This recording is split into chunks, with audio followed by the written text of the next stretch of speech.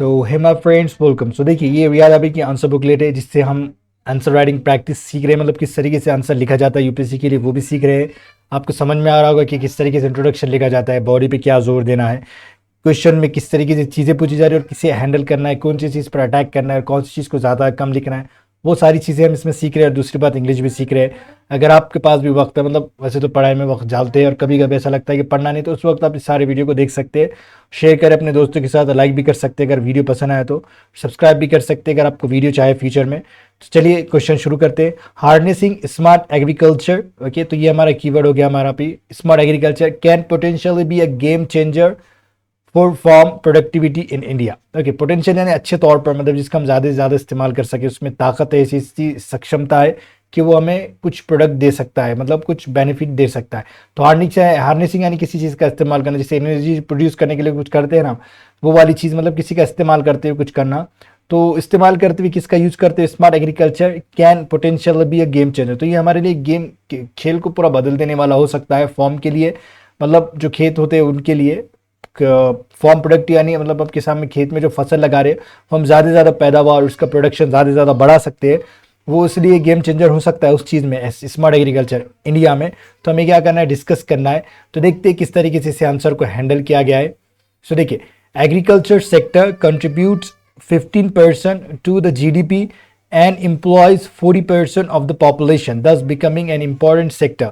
देखिए, एग्रीकल्चर क्या है, कंट्रीब्यूट्स करता है, कितना योगदान देता है, 15%, किसमें, जीडीपी को। ओके, एंड एम्प्लॉयज यानी कितने परसेंट काम पे रखता है लोग, मतलब कितने परसेंट को काम मिलता है पूरे पॉपुलेशन में, पूरे अपने इंडिया के लोगों को। मतलब 40% लोग यहाँ पे काम करते हैं, पूरी आबादी का 40%, पूरी पॉपुलेशन का 40%। ओके, दस इसी प्रकार क्या है, बिकमिंग एन इम्पॉर्टेंट सेक्टर, बनता है इम्पॉर्टेंट सेक्टर, मतलब बहुत ही अहमियत वाला सेक्टर। तो देखिए आगे क्या है, फिर देखिए, टू इंक्रीज फार्म प्रोडक्टिविटी। अब फार्म प्रोडक्टिविटी को बढ़ाने के लिए, मतलब अगर कोई एक फसल लगा रहे तो उसका जो अच्छे से पैदावार हो, उसका मुनाफा हो, तो प्रोडक्टिविटी इसकी बढ़ेगी।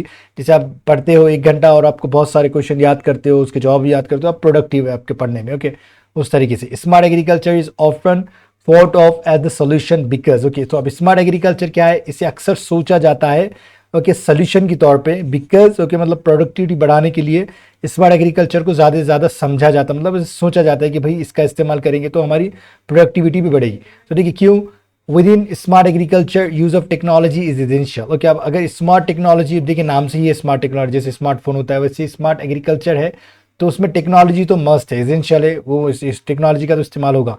With the help of GM technology. Okay, GM technology क्या होता है, जेनेटिक मॉडिफिकेशन, जिसमें हम कोई भी जीन्स को, मतलब जो ट्रेड्स चाहिए हमें, गुण चाहिए जो फसल में, कि इतनी फसल बढ़े, इसका कलर ऐसा हो वैसा हो, तो हम क्या करेंगे, जीएम टेक्नोलॉजी का इस्तेमाल करेंगे। ड्रॉट रेसिस्टेंट सीड यानी मतलब जो ड्रॉट को भी झेल सके, सूखे को भी झेल सके, ऐसे कुछ सीड्स बना सकते हैं हम, can be produce.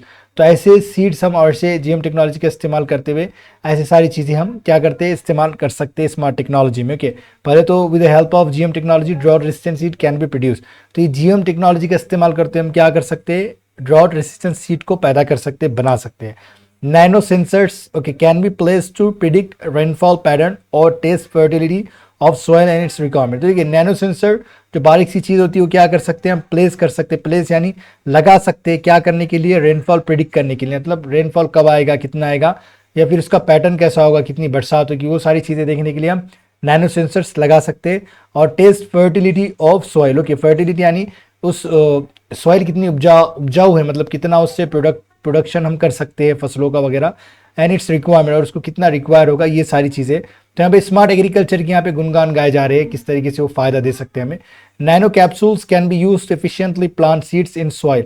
Okay, nano capsule के साथ हम सीड्स को अगर से डाल देंगे, मतलब क्या होगा, ये इस्तेमाल होगा प्लांट्स, मतलब जो सीड्स है हमारे, उससे इस्तेमाल करना है, अगर हमें लगाना है ओके प्लांट करना है, तो हम नैनो कैप्सूल का भी इस्तेमाल कर सकते हैं, जो अच्छे से ओके पूरे अच्छाई से वो क्या करेगा, सॉइल में जाके बस जाएगा। तो यहाँ पे एग्जांपल भी दिया गया है, देखिए precision farming model by NITI Aayog and आईआईबीएम। तो ये वाली चीज़ है। देखिए, ड्रोन्स और डेटा एनालिटिक्स। ओके, ड्रोन्स और डेटा एनालिटिक्स क्या है, यहाँ पे थोड़ा सा ऊपर ले लेंगे, दिख रहा है आपको, राइट, थोड़ा सा ऊपर लेना पड़ेगा। और okay, so drones and data analytics can be है, okay, can help to prevent growth of weeds। तो हम जो डेटा एनालिटिक्स है वो वाली चीज़ें हम इस्तेमाल कर सकते हैं, वीड्स का, जो घास फूस बढ़ जाती है ना फसल के, आसपास उसे हम वीड्स कहेंगे यहाँ पे। Okay, technology can also be use to prevent pest from harming crops. Okay, तो हम टेक्नोलॉजी और किसके लिए इस्तेमाल कर सकते हैं? पेस्ट को प्रिवेंट करने के लिए, रोकने के लिए। पेस्ट क्या होता है? जो ऐसी कीड़े जो फसल को बर्बाद करते हैं, उसके लिए वो हार्म नहीं करेगी। Autonomous tractor can help in harvesting crops efficiently. और ऑटोनोमस मतलब वो खुद का ही उसका ट्रैक्टर होगा, तो वो भी क्या करेगा? हार्वेस्ट करेगा अच्छे से क्रॉप्स को। तो वो भी चीज़ का हम इस्तेमाल कर सकते हैं। फिर देखिए, for transportation and storage of crops. Okay, transportation यानी एक जगह से दूसरी जगह को हम क्रॉप्स को लेके जाना है, फसल को लेके जाना है और उसे स्टोर भी करना है, तो भी हम क्या कर सकते हैं? टेक्नोलॉजी का इस्तेमाल कर सकते हैं। AI बेस्ड वेयर हाउसेज और machines can be a big help. AI यानी artificial intelligence warehouses. Artificial intelligence आपको पता है किस तरीके से धमाका मचा रहा है हमारे देश में, हमारे पूरी दुनिया में। कि एक चीज़ डालने पर आपको सारी फोटोज बनकर आ जा रही है। अब एक छोटा सा एग्जांपल, तो वैसे कुछ वेयर हाउस गोडाउन हम बना सकते हैं या मशीन बना सकते हैं जो बहुत बड़ी हमें मदद करेगा स्मार्ट एग्रीकल्चर में।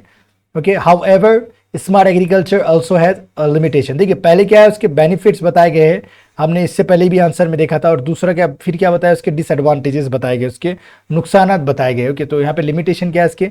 Lack of research and expertise. तो हमारे पास रिसर्च भी नहीं है उतना ज़्यादा, उसकी भी कमी, और एक्सपर्टाइज भी नहीं है, मतलब एक्सपर्ट्स भी लोग नहीं है उसमें। Lack of funds. ओके, पैसा भी नहीं है टू डेवलप सच टेक्नोलॉजी, पैसे भी नहीं है इस तरह की टेक्नोलॉजी को बनाने के लिए।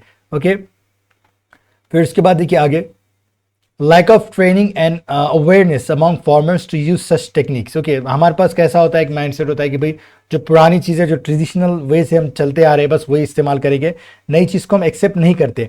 तो वो भी क्या है? ट्रेनिंग्स भी देना पड़ेगा और अवेयरनेस भी क्रिएट करना पड़ेगा फार्मर्स के बीच में। ओके, ऐसे टेक्निक को इस्तेमाल करने के लिए।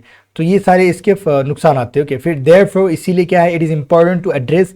तो ये बहुत इंपॉर्टेंट है इस तरह की चीज़ों को एड्रेस करने के लिए, सच चैलेंजेस। ओके, इस तरह के challenges, and utilise smart technology in the best way to increase agriculture productivity. तो therefore is important to address such challenges. तो ये चैलेंजेस को हमें एड्रेस भी करना है, बहुत इंपॉर्टेंट है। एंड यूटिलाइज स्मार्ट टेक्नोलॉजी, और ये यूटिलाइज करना, इसे इस्तेमाल करना भी स्मार्ट टेक्नोलॉजी को बहुत इंपॉर्टेंट है। इन द बेस्ट वे, यानी अच्छे से अच्छे तरीके में, अच्छे से अच्छे रास्ते से, टू इंक्रीज एग्रीकल्चर प्रोडक्टिविटी। क्या? एग्रीकल्चर प्रोडक्टिविटी को बढ़ाने के लिए। जैसे फार्म्स बहुत ज़्यादा सुसाइड करते हैं, तो उससे एक मसला हल हो सकता है। अगर प्रोडक्शन बढ़ेगा तो पैसा वगैरह भी आएगा, लोग मार्केट में ज़्यादा खरीदेंगे, लोन लेने की ज़रूरत नहीं पड़ेगी, लोन भी चुका देंगे। ये सारी चीज़ें यहाँ पे हो सकती है। सो देखिए, ये हमारा दूसरा वीडियो था रियाद अभी का। ओके, तो आपको ये कैसा लगा? इनका आंसर आप कमेंट कर सकते हैं, और आपकी आंसर राइटिंग कैसी चल रही है वो भी लिख सकते हैं। आपको इन वीडियो से कितना फ़ायदा हो रहा है वो भी ज़रूर कमेंट करें। और अगर आपको कोई डाउट है इससे रिगार्डिंग कि कुछ चीज़ समझ में नहीं आई, तो भी आप कमेंट कर सकते हैं। और अपने दोस्तों के साथ शेयर ज़रूर करें, क्या, ताकि उनको भी, अगर वो भी यूपीएससी की तैयारी कर रहे हैं, तो उन्हें भी इससे बहुत फ़ायदा होगा। सारे इंडिया में ये वीडियो पहुंचाए अपनी रिस्पॉन्सिबिलिटी से। और वीडियो देखने के लिए आपका बहुत बहुत शुक्रिया।